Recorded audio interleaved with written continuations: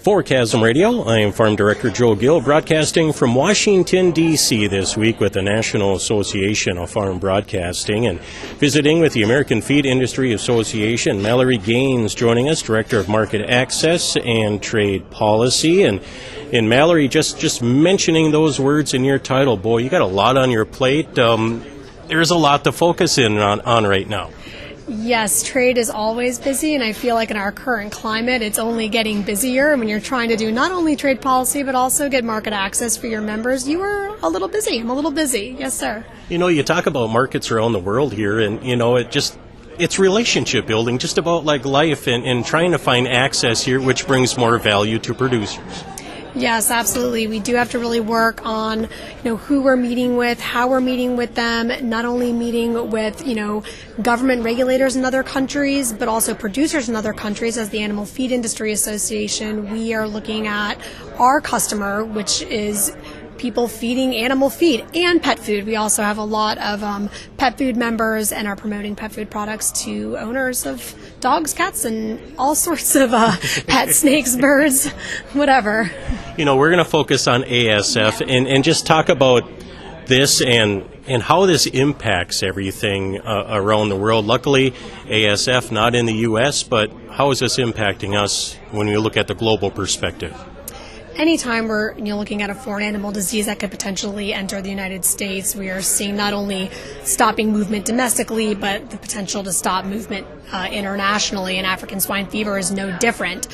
For the animal feed and pet food sector, our biggest concern right now is a very specific export certification. It's the APHIS, Veterinary Services Form 16-4, and any animal-based product or pet food, including porcine and non-porcine ingredients, are exported on this form. And it's important because there are disease attestations, including ASF, that says the United States is free. So if we get ASF, that form no longer is valid and we can't export. So to get ahead of that, we've heard examples of, something's detected, the domino, the ripple effect. It can be just demolish an industry, a sector of agriculture. So to get a change, or are we looking for clarification necessarily?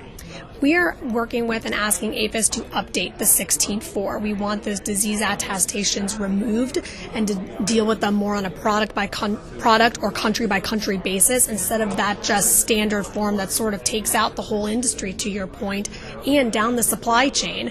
If you're a producer of beef or dairy and you have byproducts and you're expecting those byproducts to go into an animal feed or pet food, and that finished product can't be exported because of ASF, so it's not just a pork problem.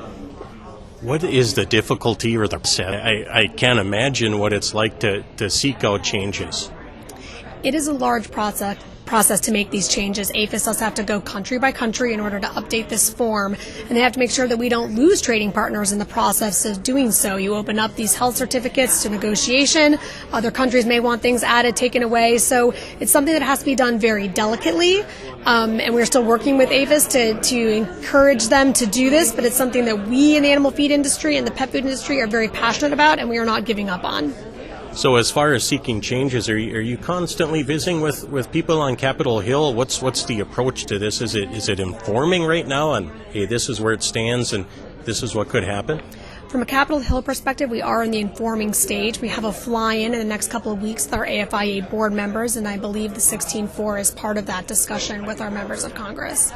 Mallory, thank you for your time. Appreciate it, okay? Thank you so much. It's been great. All right, for KASM Radio, joining us, Mallory Gaines with the American Feed Industry Association, Director of Market Access and Trade Policy. Right here on KASM Radio, I'm Joe Gill.